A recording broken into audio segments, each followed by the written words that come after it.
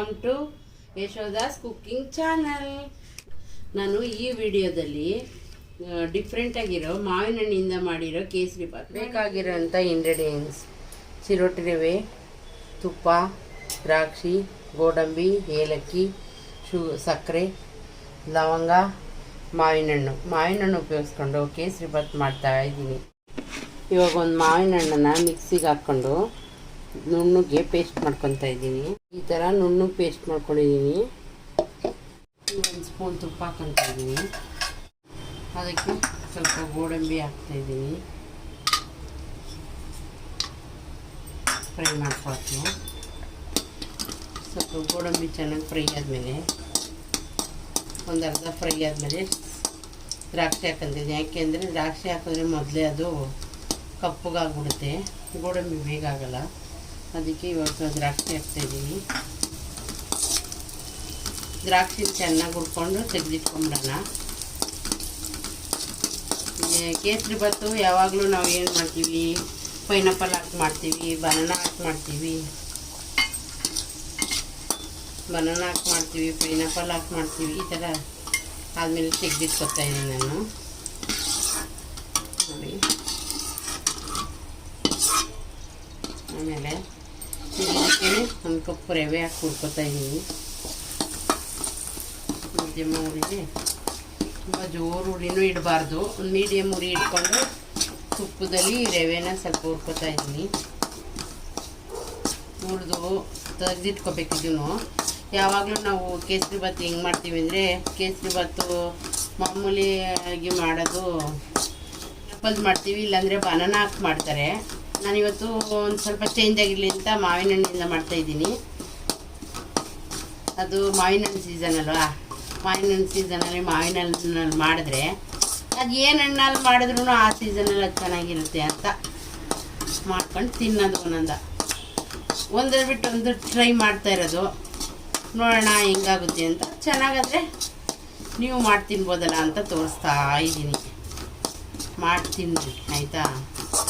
ನಾನು ಇದಕ್ಕೆ ಕಲರ್ ಹಾಕಲ್ಲ, ನಾನು ಮಾವಿನ ಹಣ್ಣಿನ ಕಲರೇ ಸಾಕು.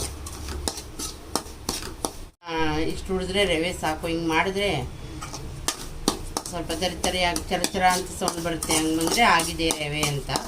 ಈಗ ರವೆನ ತೆಗೆದಿಟ್ಕೊತಾ ಇದ್ದೀನಿ ನಾನು. ಬಾಣಲಿಗೆ 1 ಕಪ್ಪು ರವೆಗೆ 2 ಕಪ್ 2 ಕಪ್ ನೀರು ಹಾಕ್ತಾಯಿದ್ದೀನಿ. 2 ಕಪ್ ನೀರು ಕುದೀಲಿ ಚೆನ್ನಾಗಿ. ಇದಕ್ಕೆ ಮಾವಿನ ಹಣ್ಣು ಸೇರಿಸ್ಕೊತಾ ಇದ್ದೀನಿ. ಈ ಬಿಸಿಗಿಟ್ಟಿರೋ ನೀರಿಗೆ ಮಾವಿನ ಹಣ್ಣು ಸೇರಿಸ್ತಾ ಇದ್ದೀನಿ. ನೋಡಿ, ಕಲರ್ ಅದರಲ್ಲದೇ ಬರುತ್ತೆ. ನಾವೇನು ಕಲರ್ ಕೂಡ ಆ್ಯಡ್ ಮಾಡೋಂಗಿಲ್ಲ. ಎಲ್ಲೋ ಲೈಟ್ ಎಲ್ಲೋ ಬರುತ್ತೆ ನೋಡಿ. ಚೆನ್ನಾಗಿ ಕುದೀಲಿ ಅದು.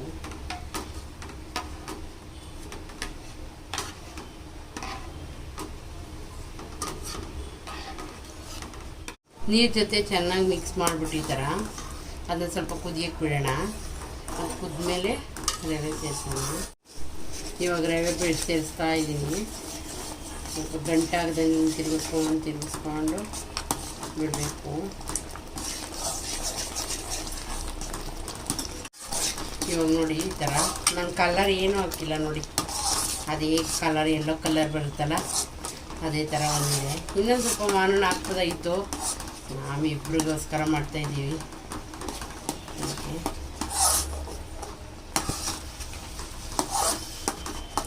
ಇವಾಗ ಇದಕ್ಕೆ ಈ ಥರ ಸಕ್ಕರೆನ ಯಾವಾಗಲೂ ನಾವು ನೀರಿಗೆ ಹಾಕ್ಬಾರ್ದು. ಈ ಥರ ಆಗಿದ್ದಕ್ಕೆ ಸಕ್ಕರೆ ಹಾಕಬೇಕು, ಇಲ್ಲಾಂದರೆ ಅದು ಕೇಸರಿಬಾತು ತೆಳ್ಳಗೆ ಚೆನ್ನಾಗಿ ಬರಲ್ಲ ಅವಾಗ. ಇವಾಗ ಇದಕ್ಕೆ ಸಕ್ಕರೆ ಸೇರಿಸ್ತಾ ಇದ್ದೀನಿ ನಾನು. ಈ ಥರ ಆಗಿರೋದಕ್ಕೆ ಸ್ವಲ್ಪ ಸಕ್ಕರೆ ಸೇರಿಸಿದ್ದೀನಿ. ಈಗೆಲ್ಲ ಈಗ ಮಿಕ್ಸ್ ಮಾಡಿ ಅದು ಫುಲ್ಲು ನೀರಾಗುತ್ತೆ. ಸಕ್ಕರೆಯಲ್ಲೂ ನೀರು ಬಿಟ್ಕೊಳುತ್ತಾ, ಕರೆಕ್ಟ್ ಆಗುತ್ತೆ ಅವಾಗ.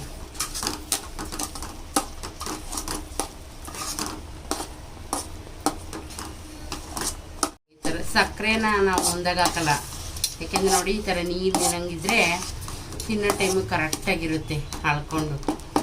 ಇಲ್ಲ ನೀರು ಫಸ್ಟೇ ಶುಗರ್ ಹಾಕಿದ್ರೆ ಶುಗರಲ್ಲಿರೋ ನೀರು ಬಿಟ್ಕೊಳ್ಳುತ್ತಾ, ಶುಗರ್ ಹಾಕಿದ ತಕ್ಷಣ ನೀರಾಗುತ್ತೆ, ಗೊತ್ತಲ್ಲ ನಿಮಗೆ. ನೋಡಿ ಈಗ ಇದು ತುಪ್ಪ ಸೇರಿಸ್ಕೊತೀನಿ ನಾನು. ಆಗಲೂ ತೆಗೆದಿಟ್ಟಿದ್ನಲ್ಲ, 1 ಸ್ಪೂನಷ್ಟು ತುಪ್ಪ ಹಾಕ್ತಾಯಿದ್ದೀನಿ, 1 ಟೇಬಲ್ ಸ್ಪೂನಷ್ಟು.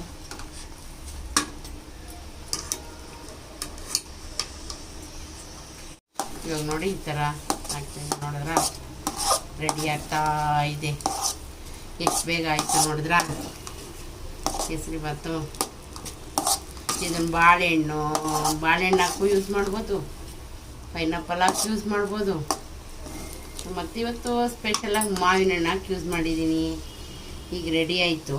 ಇದಕ್ಕೀಗ ಒಂದು 4 ಏಲಕ್ಕಿ ಕುಟ್ಟಿಟ್ಟಿದ್ದೀನಿ, ಅದನ್ನು ಹಾಕ್ತಿದ್ದೀನಿ ಮೇಲ್ಗೆ.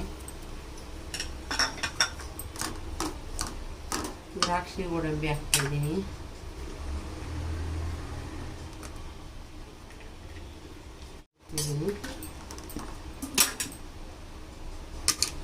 ರೆಡಿ ಆಯಿತು. ಮಿಕ್ಸ್ ಮಾಡಿದ್ರೆ ನೋಡಿ ಕೇಸರಿಬಾತು ಚೆನ್ನಾಗಿದೆಯಾ. ನಾನು ಏನು ಕಲರ್ ಯೂಸ್ ಮಾಡಿಲ್ಲ, ಫುಡ್ ಕಲರ್ ಏನು ಯೂಸ್ ಮಾಡಿಲ್ಲ, ಮಾವಿನ ಹಣ್ಣಿನ ಕಲರೇ ಇದು. ಮಾವಿನ ಹಣ್ಣಿಂದ ಮಾಡಿರೋ ಕೇಸರಿಬಾತ್ ರೆಡಿ. ಈ ವಿಡಿಯೋ ಇಷ್ಟವಾದಲ್ಲಿ ಲೈಕ್ ಮಾಡಿ, ಶೇರ್ ಮಾಡಿ, ಸಬ್ಸ್ಕ್ರೈಬ್ ಮಾಡಿ, ಪಕ್ಕದಲ್ಲಿರುವ ಬೆಲ್ಲೈಕನ್ನು ಕ್ಲಿಕ್ ಮಾಡಿ.